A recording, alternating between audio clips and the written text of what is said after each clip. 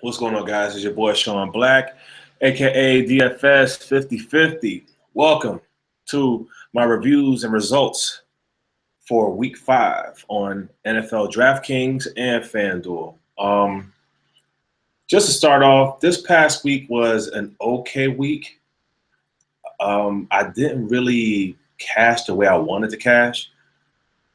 I had a couple of super strong lines that would have done very, very well all across the boards. But the honest truth is I got greedy in creating multiple lineups, thinking that every lineup was going to hit the way that I thought it was going to hit. Nonetheless, what I wanted to do is just show y'all exactly, the lineups that I had. Of course, that's what I want to do. I want to show you my wins and my losses. But most importantly, I want to focus on what I did right and then mention what I did wrong. And then along with that, I wanted to show what I'm looking at going into Week 6. And with no further ado, let me go ahead and share my screen. And as I'm sharing my screen, let's see here. Hold on 1 second. I want to see something here before I do that.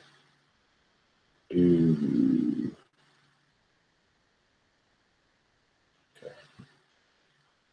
All right, there we go. Hold on 1 second. All right, so right now y'all should be seeing everything that I'm seeing. And before I carry on, let me do something real quick here.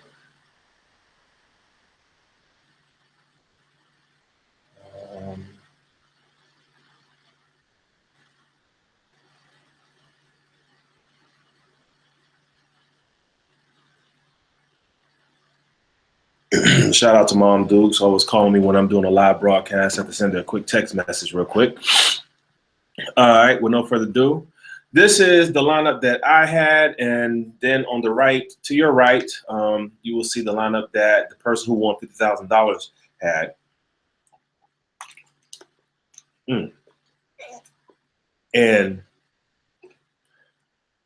as you can see, there was, one of the first things I look at when I look at a lineup, I also look at the ownership percentages. Just going off of this person's lineup, shout out to JD Sports 313, by the way. That's a really, really good score. And actually, on FanDuel, that's a really, really good score. But anyway, he had Brian Hoyer, David Johnson, Jordan Howard, Odell Beckham, Mike Evans, Sammy Coates, Martellus Bennett, Adam Vinatieri, and the Vikings defense. And this lineup is from the Thursday through Monday slate. So one of the things that a lot of people don't know about the Thursday through Monday slate is that the competition usually is a lot softer than your main slate that's on Sunday or, afternoon or prime time or a Monday night to Thursday night type slates. And the reason being is because a lot of people, the majority share of the people that play are usually scared that if, a player does, the main reason is not so much that they're scared, they're just very cautious because if a player ends up not playing on Sunday and you already have these players already locked in from Thursday, then that's basically, your ass right there when it comes to even having a chance to cash. You know what I mean? Like there have been scenarios where you can have 0 from a running back or 0 from a defense and still cash pretty big, but then that puts a lot of pressure on the rest of your lineup to perform. And 9 or 10 times, the majority share of the people that you pick, they're only going to reach their ceiling but so many times throughout the season. And they have to be in a really, really, really good matchup for them to even see that. Anyways, so he had these people, and you can see their percentages. I'm not going to call out all of their percentages, but a sneaky play that I read through one of the podcasts was Martellus Bennett. I should have picked him, but I was like, whatever. Jordan Howard, he was a good pick too. The matchup was really in his favor in this game, and I wish I would have picked him instead of C.J. Anderson. For the life of me, I don't really understand why I picked C.J. Anderson. But then again, if I was to go back and show you guys why I did that, you will see that C.J. Anderson was actually in a good matchup against Atlanta. What I'm noticing is that a lot of the Vegas odds, Vegas is not really catching up very quickly to the strength of a team's defense and offense. And I feel like Atlanta's defense is a whole lot better than what it was last season. And their offense is even better than what it was last season. But in any case, I picked C.J. Anderson. He was in a good spot. He was low owned. I expected him to be low owned, but he was only able to deliver 7.7 points. I actually watched the game. He didn't get the touches that he was supposed to get, that he's used to getting. I think, if I'm not mistaken, I can't remember the name of the guy who actually had the majority share. I don't know if his name was Booker or what, but it was another running back that actually got the majority share. I think he ended up having like 15 fantasy points or whatever. So C.J. Anderson was super chalky, and he basically laid a quarter of an egg. And when I say a quarter of an egg, he only did 25% of what I thought he could have done. He was targeted to do about 25 to 28 fantasy points. He only gave me a quarter of that. So I'm not really complaining too much. Let's see. But this is the best lineup that I had. My other lineup that I had didn't do so well, as you can see here. I'm going to pull it up.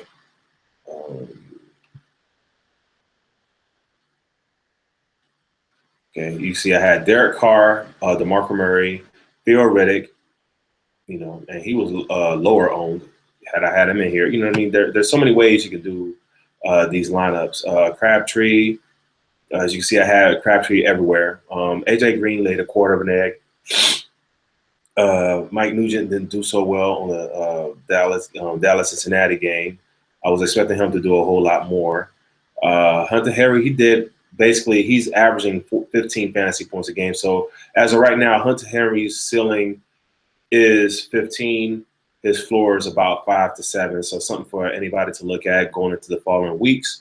Hunter Henry will be playing against, I believe, who's the team that they're playing against? Hold on a second, let me pull it up real quick.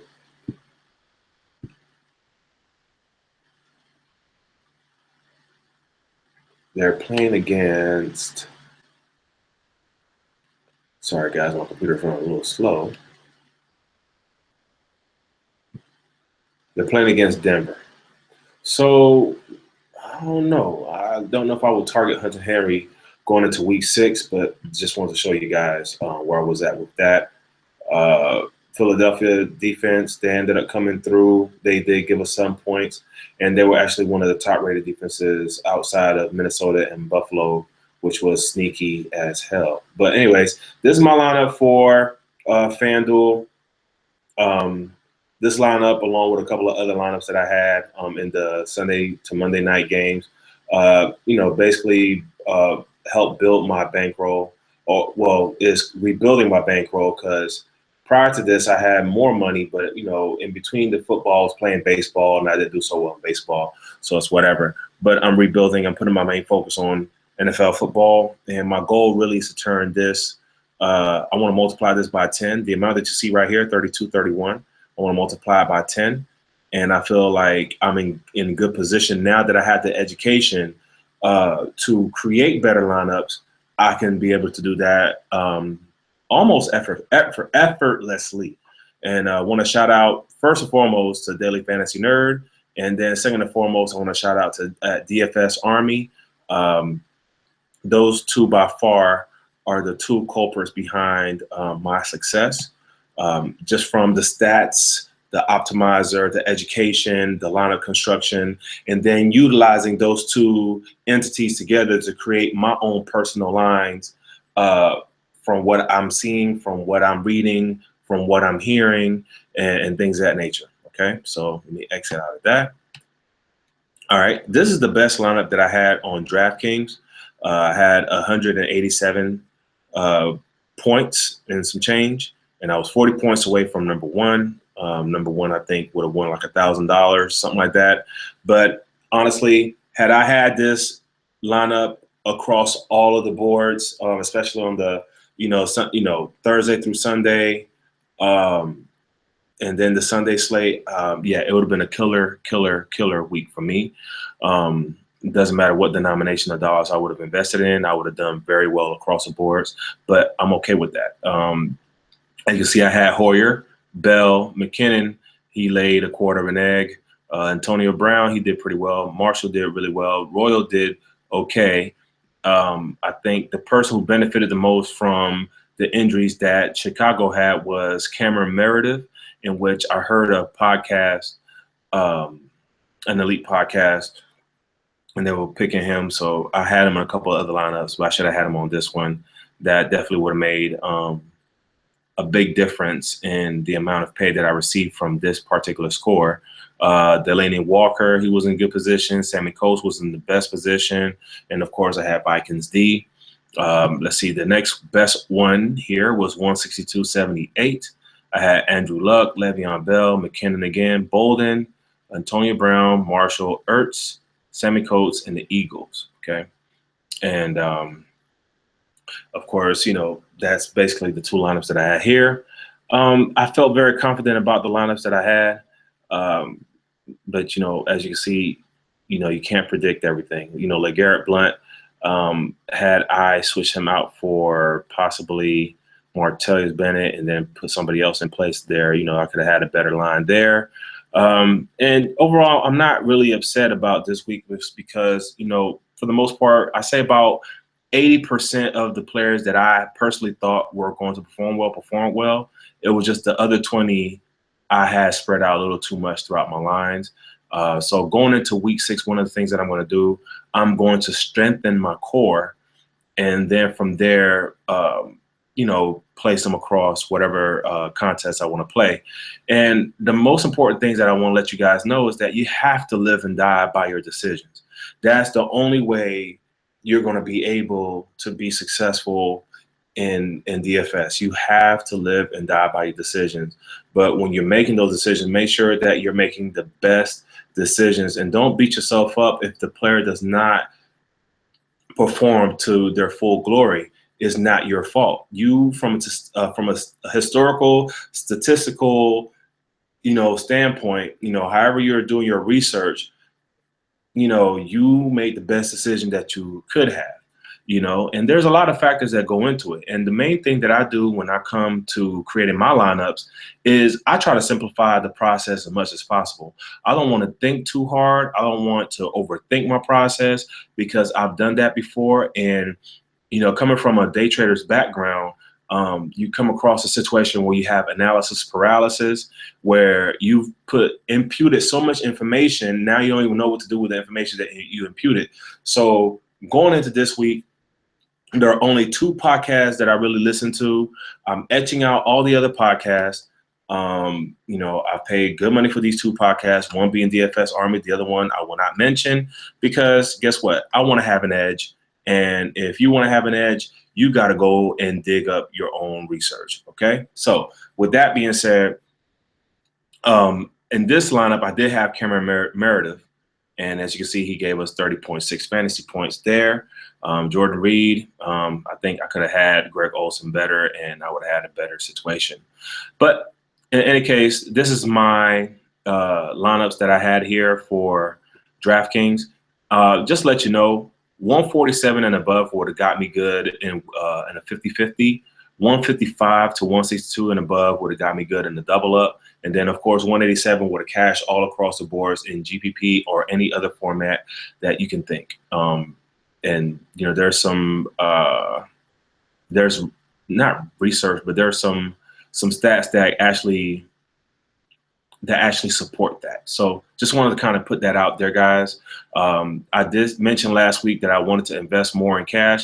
I didn't do that this weekend, and I should have, because I really did have some solid lines that could have cash in the cash games, i.e. 50-50s and double ups, okay? So that's that. Going into week 5 into week 6, as you can see right now, I invested $4 into the Monday through Thursday slate, in which right now, you know, my 50-50s are cashing very well. I'm in 7th place in one, 18th in the other one.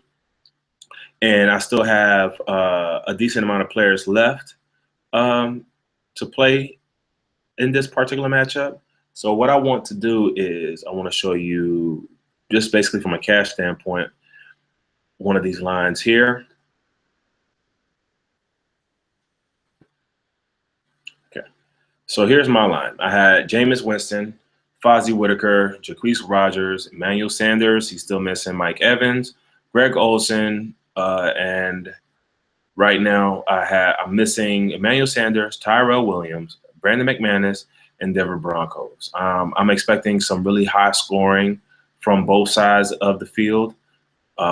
Even if they don't score a touchdown, in which, of course, if anyone plays on FanDuel, please understand that FanDuel is touchdown central, meaning if you really want to get a high score, you know, you got to pick players that are projected to score touchdowns, at least one touchdown.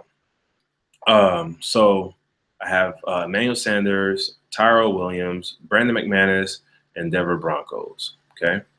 And of course, you can't see their percentages there because FanDuel has changed their stats in that respective. But you can see, you know, when you do short slates, the majority share of the people that you play are going to be high owned for the most part. And of course, there'll probably be some variations there and whatnot. So of course, I'm in 7th place, and I have 16 quarters remaining. This person has 8 quarters remaining. I'm pretty sure this person is going to have either Tyrell Williams or Emmanuel Sanders or Demaryius Thomas, depending on what's missing in their salary. From the looks of it, 74, 7, 12, 13, 19, 7, 35, 46. 46, so 14,000. So yeah, it looks like 9-10 times this person will end up having Emmanuel Sanders, Demaryius Thomas, Travis Benjamin, somewhere in there, and they're going to have probably Denver D. I think everyone's going to be Denver D is going to be highly owned out of the 2 defenses that played. And I think the sneaky defense was Tampa Bay. I'm actually very surprised. Actually, I'm not surprised because they were playing against a rookie quarterback. Not a rookie quarterback. They were playing against a secondary quarterback. So it is what it is. But yeah, going into week 6 on Thursday Night Football, that's what I'm playing. That's what I have so far.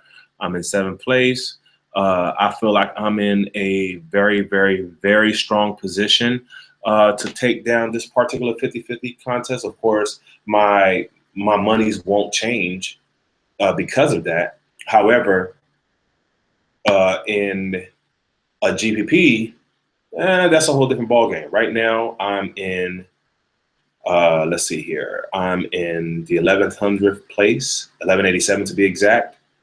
And I'm still missing, of course, Emmanuel Sanders, Tyrell Williams, Brandon McManus, and Denver Broncos. Okay. And so, first place, right now, they're only missing one, and that's the kicker. So either it's going to be the kicker from Denver, which 9-10 times is probably going to end up being the kicker from Denver, or someone else. But I feel like I'm in a good position to take down this particular GPP and win $750. You know, hey, get in contact with me. Let me know what you think about that. And so I want to move on to the next part. As always, I always want to tell you guys, check out the DFS Army Slack channel. Also check out DFS Army's website, which is dfsarmy.com. I have the link below in the description box. And make sure you check out all the pertinent information that you may need regarding your DFS needs in the description box below. And let's see here. What else am I looking at? Oh, okay. So that's that. Okay. And guys, listen, this is the website that I've been using to help generate, multiple lineups. If I choose to do multiple lineups, or if I choose to do some more research, they have some really good tools inside this particular website, which is dailyfantasynerd.com. And if you don't believe me about their results, look, one of the things that you can do is you can check out all these different people who have won money using this optimizer.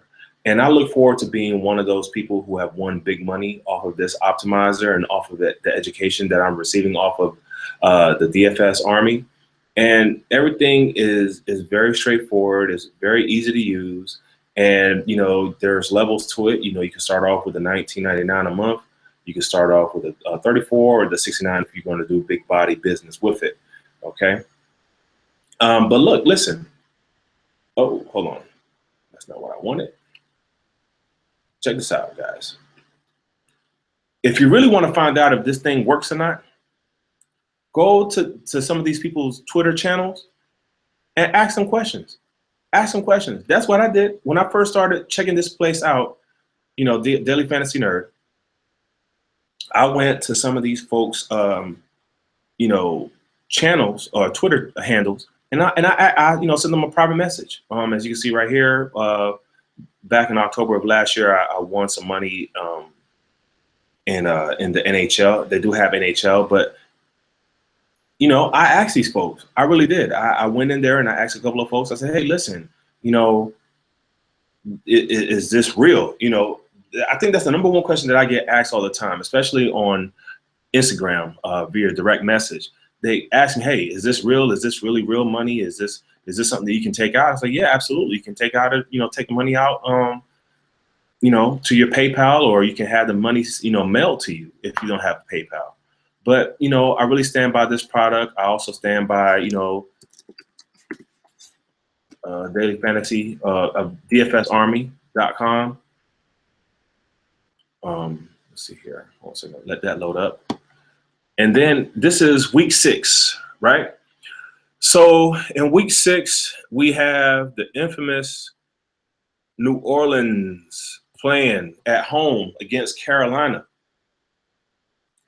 My personal prediction, I feel like if Cam doesn't show up this week and they still have Anderson playing as a QB, I feel like Carolina's going. I don't feel it's going to be a toss up, but I feel like New Orleans might beat them. That's just my personal, thought process. So, but in any case, what I'm going to do, I'm just going to run the lineup right now to see what it says. I'm going to go ahead and include the Denver and San Diego game. Okay. There we go. And I'm going to run the optimizer. So while that's running in the background, going to the home for DFS Army. And again, DFS Army has NFL, NBA, NHL, PGA, MLB, NASCAR, CFL, esports. They have strategies. They have podcasts, and you can find out more about the creators, the content creators of this particular website. And you can see there's a lot of different things there. Their membership is pretty affordable. It's $20 a month, but I'm telling you, it's $20 well worth it.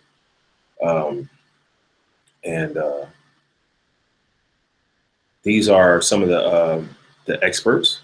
Football Geek is really dope with the football. These guys really know what they're talking about. All right. And you can see one of the things that attracted me to them too is they show some of their members' results and how much, like how much they've won and everything like that. It's very inspirational, to say the least. So let's go back to the lineup optimizer. Of course, the optimizer is liking Cam Newton against Drew Brees in Week 6. And I feel like if Cam Newton plays, I feel like he will get over, at least over 20 fantasy points. Of course, as the week goes on, that can be adjusted. That's a beautiful thing about Daily Fantasy Nerd. You can adjust, the you can adjust their projections, or if you have other projections that you feel will do a whole lot better, you can impute those into the projections tab that they have. But in any case, I switched out Cam. So let's see who they give us now that I'll put Cam below. So Tyrod Taylor, Le'Veon Bell, Lamar Miller, Jarvis Landry, Julio Jones, Philip Dorsett, Jacob Tamme, John Brown, and the Carolina Panthers. All right, so check this out. If I was to do this right off the bat, I will say that this looks like a pretty solid lineup. Excuse me. And the reason I say this is a pretty solid lineup is because from the looks of it,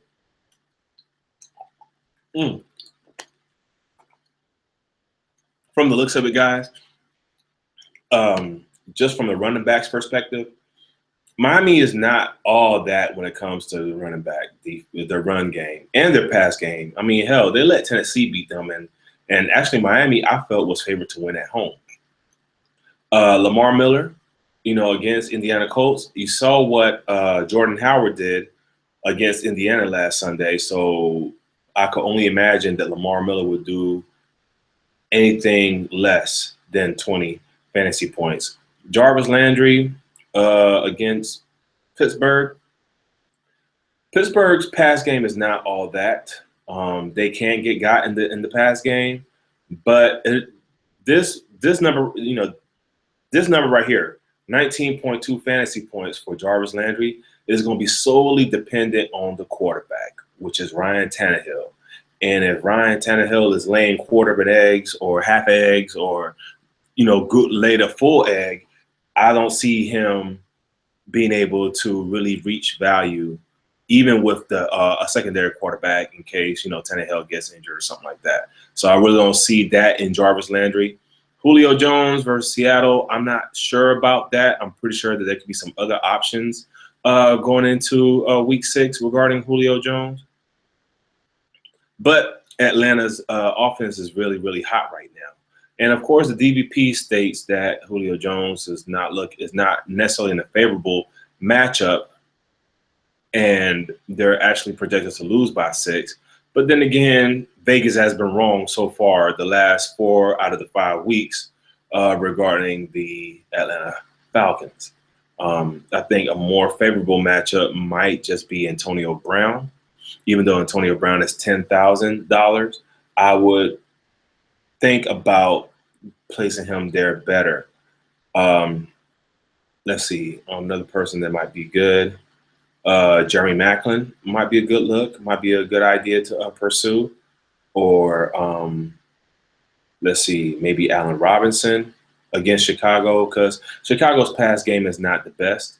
And even though the DVP is at 7%, I think that he could still go off and do some serious things. So in a situation like that, I will stack Robinson with Bortles and then, go from there. All right. So going back up, Philip Dorsett. I don't think Houston's defense is not really doing very well right now without J.J. Watt. So Philip Dorsett might be able to do some numbers. Let's see. Last weekend, he didn't do all that well. He only had 4.6 fantasy points. So I don't know. Maybe I should not be biased and just keep him there, or I can trade him out for somebody else. Jacob Tamme, I'm not too hot about. He hasn't really been seeing a lot of targets since the Carolina game, and so I'm just not really going. I don't know. I might be biased. I'm not biased towards him. I'll definitely switch him out for somebody else. John Brown. You know, he's really a GPP play. Okay, guys, he's a GPP only play. Jacob Tamme is GPP only. Philip Dorsett is GPP only. Julio Jones is good for cash in GPP. Jarvis Landry is GPP only in my books. Lamar and Le'Veon and Tyrod are both cash and GPP, you know, capable. Okay. All right. So looking at that, you know, they're projecting 163 points. I will probably claim something low on that. Of course, this is for DraftKings. So if I was to actually go into the projected usage rate,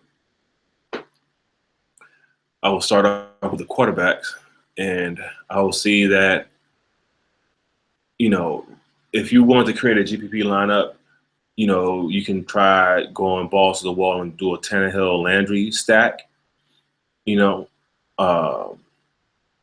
But if you really want to go for something more consistent, maybe something a little more solid, I probably will go with Carr, Luck, Breeze, and even Brady.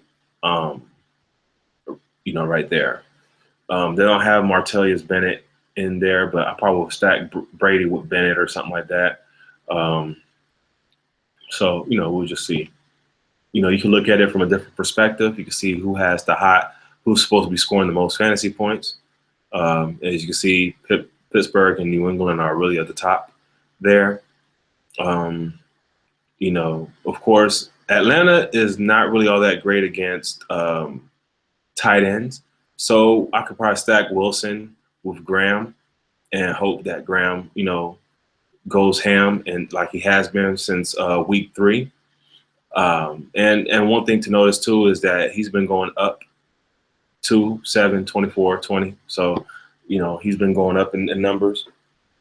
All right. So you see those numbers there. And then we have running backs. And one of the players that I'm just going to lock, I'm just going to lock this player in. I don't even care. I don't care what anybody says. I'm locking Ezekiel Elliott in, and I'm going to tell you why. This guy, since week 1, has projectedly been has been progressively getting better and better and better. And look at this. 12, 15, 21, 25, 35. He's just been going up. And then, and let's see, I don't even know what's his salary right now, but his salary, his salary is not catching up on DraftKings. On FanDuel is catching up, and he's becoming, you know, basically an elite. He's being priced at an elite range, but I'm locking Ezekiel Elliott in. I feel like he's going to just keep going up, or even if he comes down a notch, his floor is so. His floor should be no less than 15. 15. That's his floor. 15 is his floor. That's all I got to say about that one. I'm locking Elliott in. Okay. There's some other guys that are in a really good position right now. You know, DeMarco Murray is in a good position. Lamar Miller is in a good position. You know, Todd Gurley is in a decent position.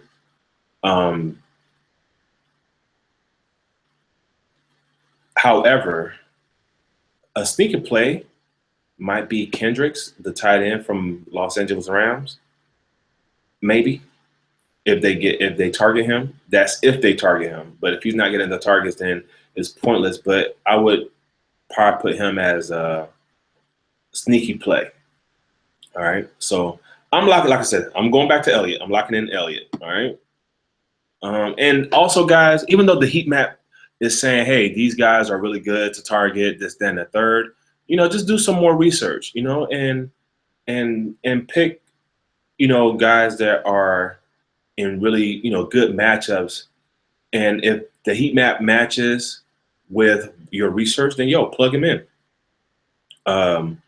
Let's see here. Andrew Green, Brown, Beckham. So maybe Brown, Beckham. I think those two guys are going to be in a good position this weekend. Terrell Pryor is in a good position this weekend. And the reason I say Terrell Pryor is in a good position is because there's a possibility that Josh McCown is playing. And if he is, I think he's the better arm of all the quarterbacks they have there at Cleveland. So, I probably was, lock Pryor in. He would be lower owned. He didn't necessarily, he gave you a good floor. He has a solid floor.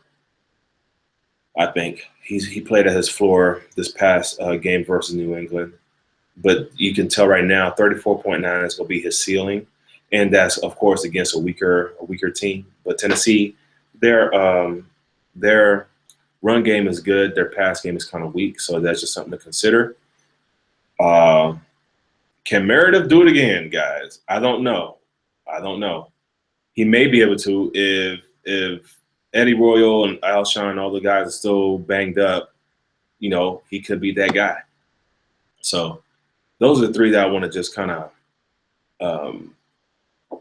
lock in real quick before I plug in another lineup.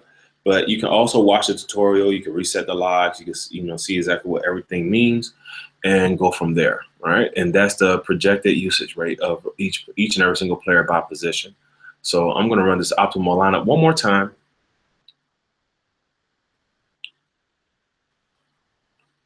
And as you see, projected is 148.2. They still have Carolina Panthers defense in there. They still have Julio Jones, Jacob Tamme, Tyrod Taylor, Le'Veon Bell, and honestly, I just don't think. Well, never know. People might be off of him, and he might actually ball out this weekend. But I'm gonna etch him out real quick. Okay, so we have Tyrod Taylor, Le'Veon Bell, Ezekiel Elliott, Terrell Pryor, Cameron Meredith, John Brown, Travis Kelce, Lamar Miller, and Carolina Panthers as defense. So that's just something to consider, guys. This is just showing you how I go about using the lineup optimizer. Going into week 6, I'm going to find my core, and this is probably might play out as my core, but it all depends on injury news and updates and things of that nature. But I know for sure one player that I'm locking in, and I may just be all the way in on, is Ezekiel Elliott. That's all I got to say about that one. And then from there, I'll work my way through and get me a nice core and then build from there. You can go from, you can look at it from a defense versus position standpoint and see who's going to be the hot hand or, whatnot, or who's in a nice favorable matchup. You can look at yards per attempt, that type of thing. Of course, these two guys might be super chalky, and which one is 1,000 cheaper from the last. Same thing with the running back situation. You can look at yards per attempt on a player or yards per target. Let's see. Or you can look at it from the projection score. You can look at the floor, who has a strong floor. And then also with the floor, one of the things that I want to mention is, if you're playing cash, you can, find a player who has a decent floor. Like LaShawn McCoy has a good floor. I think his floor is anywhere between 13 and 17. Of course, they're saying that his projected floor is it's 14. Sorry, my bad. It's 14. You can think about David Johnson against New Jersey. He might be a good play, even though New Jersey they have allowed a lot of points towards the running game. So I feel David Johnson is going to eat just as well as he did last Thursday. And you can see that his floor is about 15 since he started. Yeah, that's his floor, 15. So you know what you're getting out of him. But 36.5, man, if he does that again, that might be a good look. I mean, hell, for the sake of the conversation, man, I might just lock him in too. So there you have it. Wide receivers, let's see who we have. Antonio Brown, he's in a good position. So if Antonio Brown is in a good position, you can only imagine that Sammy Coates and Wheaton, those guys are going to be in a good position. So if I was to single them out, I could easily do a stack on those. And instead of liking those guys, I probably just like them. Oh, sorry about that. So, and guys, honestly, I'm putting you guys onto game, and I hope that you appreciate me taking the time out to show you this and everything. And not because, I don't want to show this. I mean, I love showing this. I love sharing my information and love, showing you what I can do with this particular optimizer that I have here. And, and basically be able to fully process all of my ideas into the lineup, especially from what I've learned here, at DFS Army and, through their podcast and another podcast that I strongly listen to. And then the information that's right in front of my face here at Daily Fantasy Nerd. So check this out. So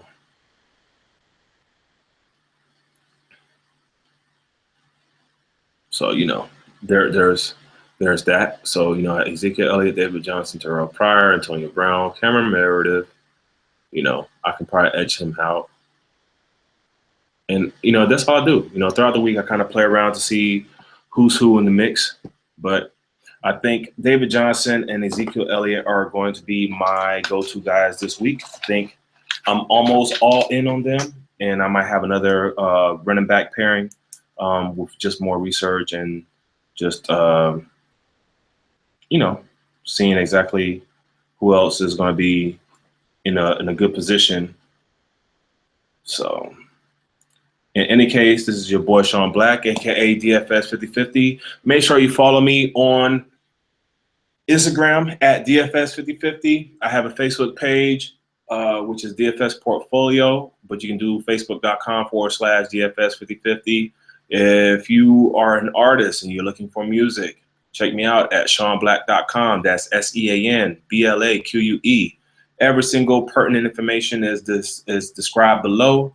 There's even some more tools in there that I haven't mentioned that I do use, and I use them very well to really maximize my potential wins. I'm looking forward to an awesome week 6, and I pray that you all have the same success as I will. Please make sure you take a look at this optimizer. Is really a game changer for me, and as well as DFS Army. Their tools, their spreadsheets, their projections, their podcast, their Slack channel, it's really on point. Okay, guys. And again, I'm spending between the two, I'm spending about about $40 a month. And if you don't have the money to invest, you can utilize some of the free tools, but just make sure that you can really be able to maximize your success when you subscribe to these particular entities that I have mentioned to y'all before, DFS Army and Daily Fantasy Nerd. Okay, this is your boy Sean Black. Thank you for tuning in. If you like this video, share it, like it, shoot me a comment or shoot me a DM on Instagram. I'm more than happy to, get your feedback, if any, and we will see you all in the future. All right, remember, faith and skill.